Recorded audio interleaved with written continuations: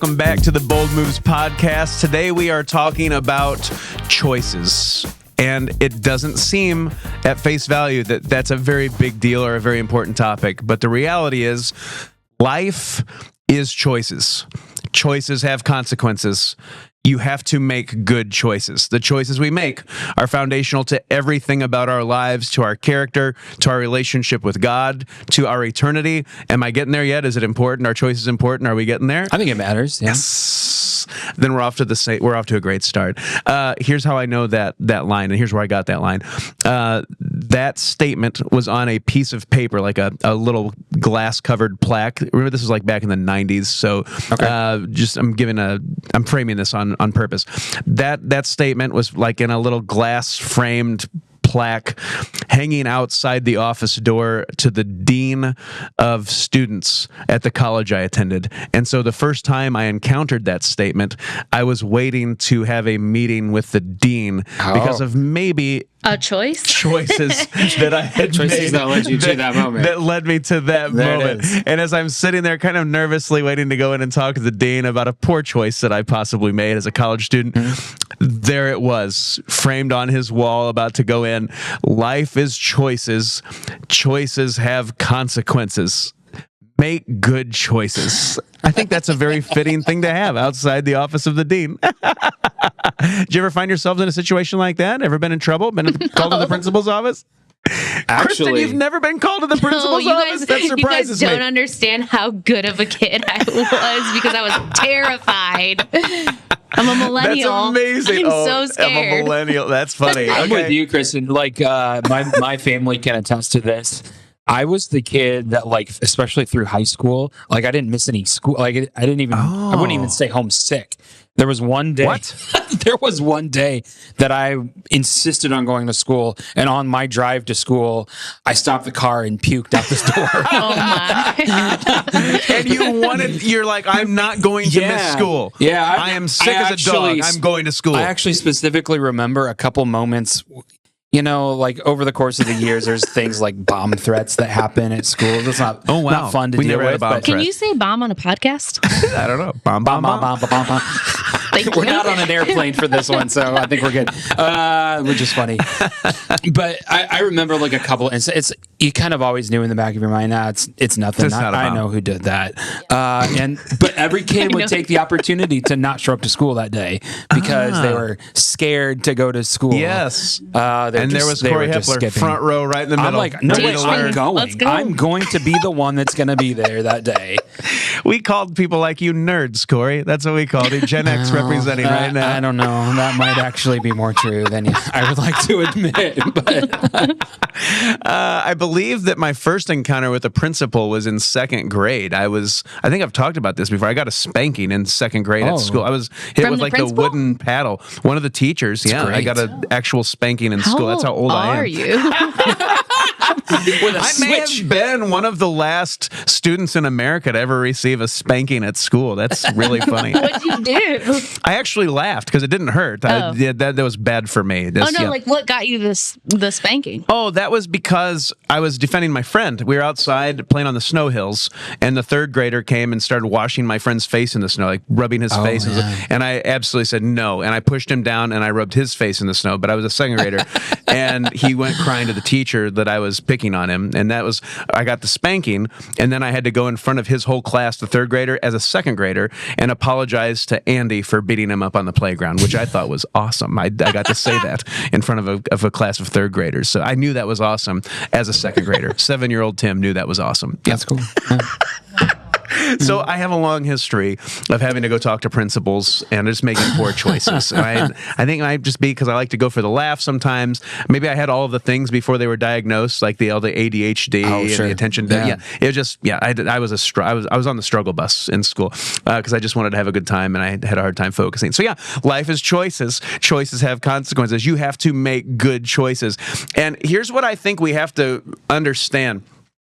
When we talk about living this life that God has called us to, the sum of who I am. Like the building blocks to my character are actually the sum of the choices that I make. And I don't think we like to think about that, because then we kind of dread some of the choices that we have to make on a daily basis and realize, oh, every choice I make actually is significant because it's building towards something. Yeah. But the reality is, I think we don't think about that often enough. The choices that I am making are really important, because at a micro level, if I choose to engage in a behavior that I shouldn't, I might not think that's a big deal one time, but then when I do that a few times, it becomes a habit, then it becomes an addiction, it becomes a stronghold in my life, and suddenly I've started walking down a path I never intended to walk down, that I never thought I'd walk down, and it takes me a whole place that I never thought I would go. Life is choices. Choices have consequences. We have to make right choices. Well, so it makes me think of a couple things. First of all, before we started this podcast, we looked up a statistic. Yes. The average person on an average day makes 35,000 choices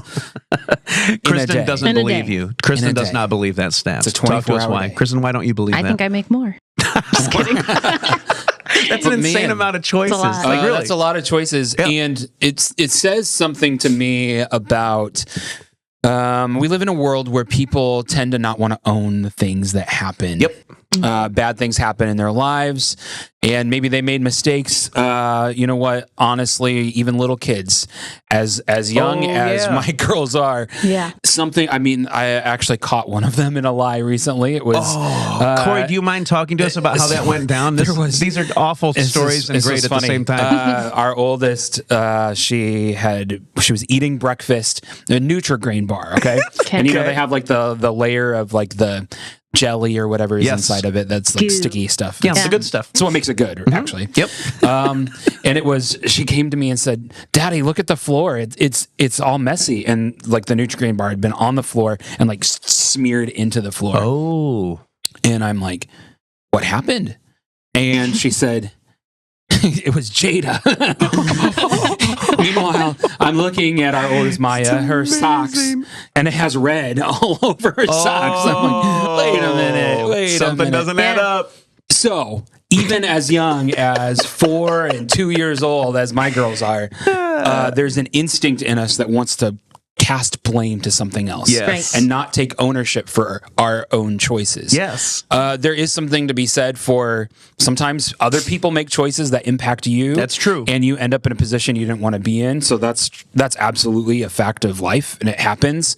But I think that we have a tendency to want to point to other people as the reason that we are this way or that way, when instead there's actually more control that we have over it than we want to admit a lot of times. Oh, yeah. And 35,000 choices in a day tells us that, because you even have the choice of whatever that thing is, that big thing that has caused you, that in your mind you think that's why you are the way you are. You have the choice to frame that how you would like to frame that. Yeah.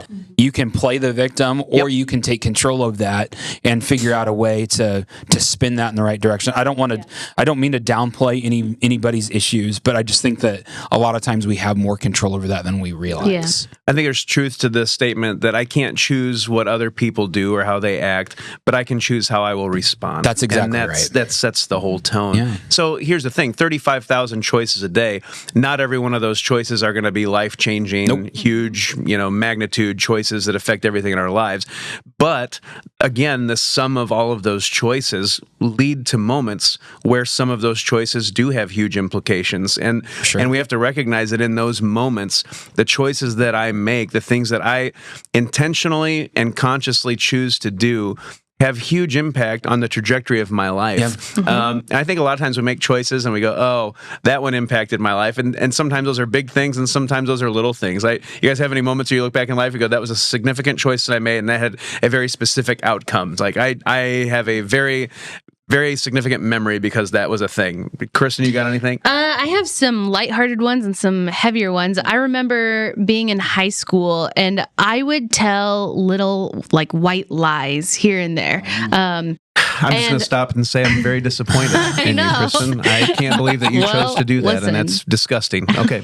Thank you. Oh my word. Look, I'm past it. But Okay, good. Proceed. But I remember two instances where I was like, I'm not gonna lie anymore. One, my mom, like I told her a lie as she was like loading the dishwasher, and I said the lie in passing, and she said, "Why do you do that?"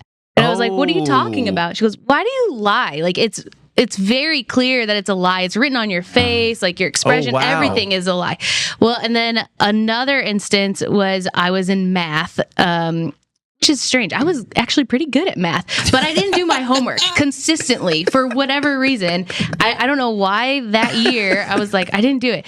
Well, the teacher, he came around every class time and was like, where's your homework? Where's your homework? And I always had an excuse of like why I didn't do it. Okay. And then I decided I was like, why do I do that? So I just told him, I said, I didn't do it.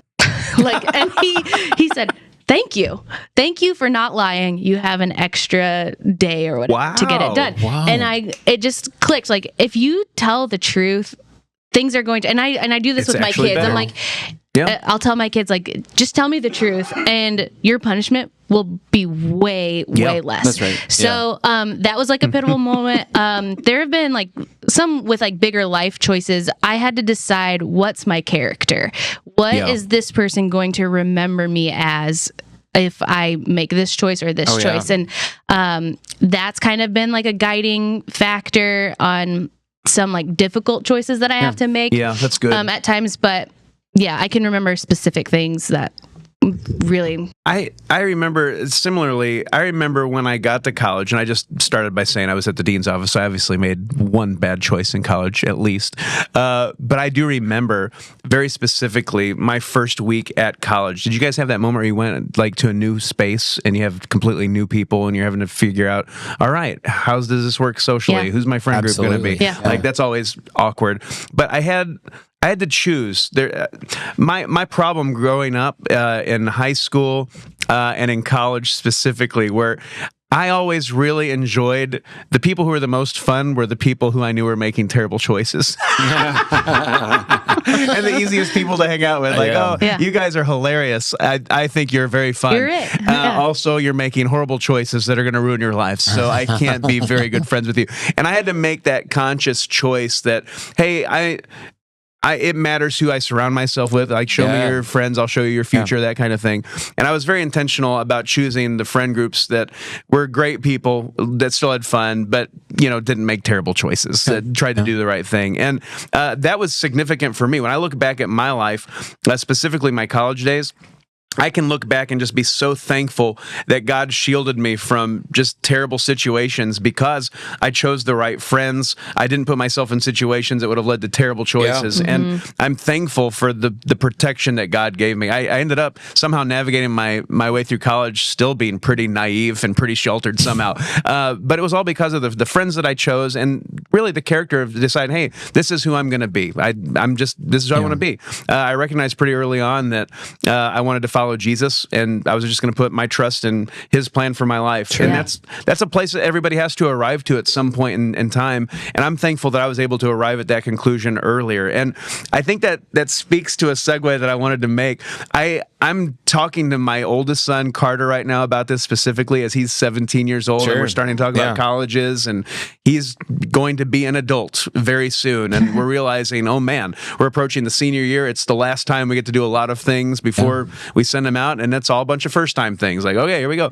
But I'm telling him often and regularly, this idea, life is choices. Choices have consequences. You got to make right choices. And I think that when you're in that age range specifically, that let's call it 18 to 25, I think that the choices that you make in that age range significantly impact the trajectory for your life. And that's why I think it's so important that we're investing in our students and in our young adults, because man, if you can lean into God's truth for your life and be willing to surrender and say, God, I want to live life on your terms, and do that from 18 to 25, oh man, that saves you from a whole world of hurt. And by the time you hit 30, you're way farther down the path that God calls you down to than you would have been otherwise. And so I'm a big believer in making the right choices in that age range. So I don't know, does that resonate with you guys at all or no? Well, I think the motivation behind it sometimes matters too. So see if I can articulate this. When I was that age, I was the guy, we already talked about like being rule followers. I was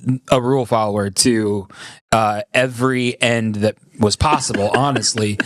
And a lot of that, it was because I was serious about my relationship with Jesus, and that matters. Yep. But there was more to it than just that. Like a lot of times it was like, I want to be perceived as the guy who does everything right and doesn't drink and doesn't do drugs and doesn't do all the things. Yeah. And I'm not sure that's the right motivation either. Like I'm grateful for some of the choices I made, but not like it also led me to other places that I didn't intend, right? I mean, so like, because I didn't have what I would call life experiences in a lot of ways, because I just said no to everything. I'm not sure that was necessarily the right move either. And so, I think it's helpful to remember some of those motivations. And for me, that was some of the, I guess we talk about big choices and how that shaped your life. For me, that happened in college too. Like, where I was, we've talked about this on the podcast before. I was a youth ministry major in college. That makes me laugh every time. I just want you to know, it never gets old, Corey. Like, that's just if you just need a good laugh, just let me know, and I'll just tell you. Hey, just remember, when I was in college, I was a youth ministry major. Anyway, good choice to not go into youth ministry, Corey. You would have driven yourself nuts. Well, that'd have been awesome. Yeah. What happened actually was in high school, I was a straight A student, and I got to college and assumed that I could just apply myself in the same way I did in high school, and it didn't go so well. That's hilarious. And I just didn't want to do the work. I don't know any other way to say it. I didn't want to do the schoolwork. So I got finished with 2 years of school, and just decided this really isn't for me. I stepped away, and I never finished school. Yeah. And that was a choice that I made. And in some ways, it's hurt me, I guess, in my career possibilities in church world. There's I haven't looked at. What does that say? What does that say about you? We're you the hired backup me. option, Kristen. What does that say? I'm on this ridiculous podcast now, working at Crossroads. I've been extraordinarily limited in my life. Anything else you want to share? I feel like this hurt me badly. I'm here with you, losers. This is so good. Keep talking, Corey. We got our degrees. And we're hanging out with this guy. This high school graduate loser over here. Thank you for that. That was so good. I don't even know the point I was trying to make. There's been some issues like along the way. Like it's been a long time since I've looked at like a job listing in the church world, but that's good. There's a lot of job listings that require a degree that I don't have. Ah, that's interesting. But on the flip side of that, like I made that choice and I've owned it because to be completely honest, like I started working at churches over 10 years ago. And I do remember some of what I learned in college for those 2 years that I was there. And I had to unlearn a lot of that stuff. That is absolutely because true. What happened in college is not real world. It's not real life. And when I got to actually doing it, actually true. You had to unlearn a lot of that stuff in order to actually apply it in real world. That's really funny, but Corey. Anyway. Thanks for letting us give you grief again. I think this is 2 podcasts in a row where we give you some grief. Our apologies. I'm ready to quit my job, actually. I hate it here. Why do I work here? I choose to work here. Because you didn't finish your degree. Yeah, that's your why. options are really limited. It is what it is. Just kidding. I'm kidding. Look at me. I'm not even using my degree, so I've got my degree in psychology to fall back on. How do you guys feel about that? That's really all I remember. So the thing when it comes to choices that I keep coming back to in my adult life is that the trap that I think we all fall into is that we know this life that God has called us to, and it's on us to choose every single day. Hey, that's who I'm going to be. Jesus is who I'm going to follow. But that's a difficult, I don't know why that's so difficult. I really wish that the Christian life was like, once you reach this level, I've reached this level, now I can't go back. I'm at level 3 now, I don't ever go back to level 2. But it's up and down, like we make bad choices, and sometimes we can regress. When Jesus calls us sheep in the Bible, it's precisely because of the fact that we will just make terrible choices, even when we know the results of those choices are terrible. I think we showed this clip a week or two ago in church. Corey, you got this queued up. Watch this. This is actual footage image of what it looks like when we as sheep make choices that are terrible and continue to make them over and over again. Yeah, let's see what we got. Yes, that's us. I just made a terrible choice. Jesus pulls me out of the ditch, and I say, Jesus, I'm good, thanks. And I make the same choice again. It's such a terrible... the thing I love about that video clip is actually the noises of the sheep. They sound just as helpless as they look, to be honest. It's hilarious. But I mean, that's the thing, right? Like, we know we're making a terrible choice. We make the choice anyway. That makes it even worse. Like, why do we do the things that we do? And I think it comes down to this idea that I have to be laser focused on making sure that I am allowing God to transform me into his image on a daily basis rather than me trying to form him into my image. Because if I'm trying to do life on my own terms and make choices the way that I think they should be done rather than how God wants them to be done, that's when I get myself into trouble. And it all goes back, to the Old Testament. When Joshua took over for Moses, he's standing before the people of Israel and he just makes this huge challenge to them. He says, choose this day who it is that you are going to serve. Make the choice. Like, what's it going to be? What is your life going to be about? And I think, honestly, at the end of the day, that's probably the most critical choice that we can make and stick to. It's who is it in my life? Choose in your own life. Who is it that you are going to serve? Because out of the outpouring of that choice, you make all of your other choices. Right. But because it's not just one choice. So we have this thing at Crossroads. We celebrate the change that happens in people's lives.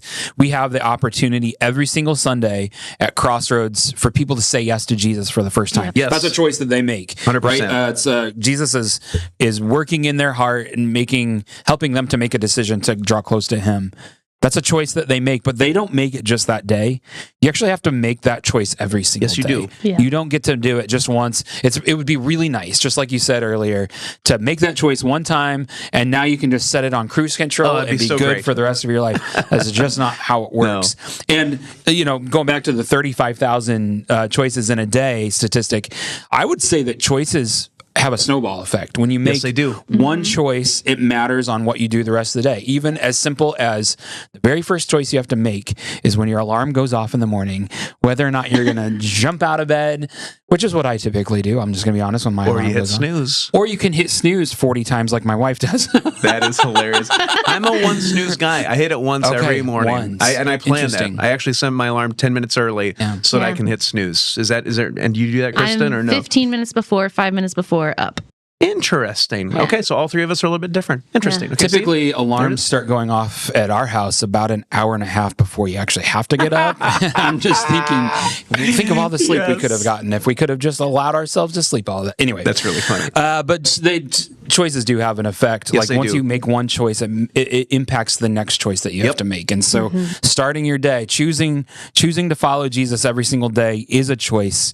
We've talked about the difference between joy and happiness, and how joy is a choice. It's a choice. And so, being in those positions and making yourself make those choices every single day, even though it might be difficult sometimes, it matters, and it's going to make a huge difference in your life. So I think it all comes down to this. When we talk about the bold move and the power of choices in our life, we recognize life is choices. Choices have consequences. We have to make good choices. Yep. You might be watching the podcast today and you're going, I get it. I'm good. I'm going to keep making good choices.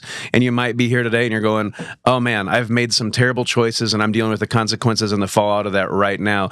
I think what's beautiful about our relationship with God, the grace that he has for us, is that, man, we get a fresh start with Jesus. If I just say, God, I'm sorry, forgive me, we can make that choice. Yeah. And as far as the east is from the west, God separates that from us, and we can start over. Yeah. And I think there's power to that idea of, if you need to make a bold move today, you start by saying, okay, choose this day who you are going to serve. If it starts today with saying, I am going to choose to follow Jesus, I think it's out of the outpouring of that singular choice that you can completely rebuild your character, you can rebuild your life, you can rebuild your relationship with Jesus by saying, that's how I'm going to live my life. I am going to serve him. And so I would just close our conversation today by saying that. Maybe that's the bold move that you need to make. Maybe that's something we all need to just refocus on. Like, choose this day today, who am I going to serve? And Joshua said, hey, as for me and my family, we are going to serve the Lord. And I think if we choose to make that the primary focus of our life, we're going to win every time. I do think there's one more choice that we have to make today. What is that, Corey? And that is, Tim, when we started this podcast, you told us about a story of how you ended up in the dean's office. you now have a choice to make. Are you going to tell us why you were there or not? Listen, I could tell you why I was there, but you would all would look at me so much differently. All you need to know is that my dad, it was a very conservative Christian school.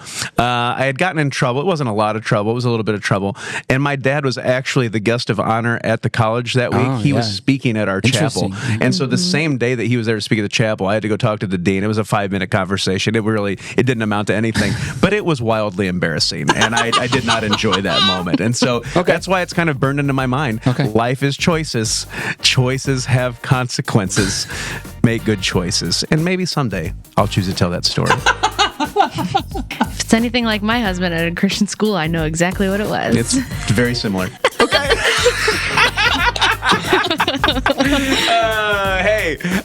To leave on a note that's much more serious than that, let's take that challenge seriously. When Joshua says, choose this day who you're going to serve, let's make it our goal. As for me and my family, we will serve the Lord. That's the best choice that we can make, and it's the boldest move we can make together. So thanks for joining. Let's make bold moves together. We'll see you next time.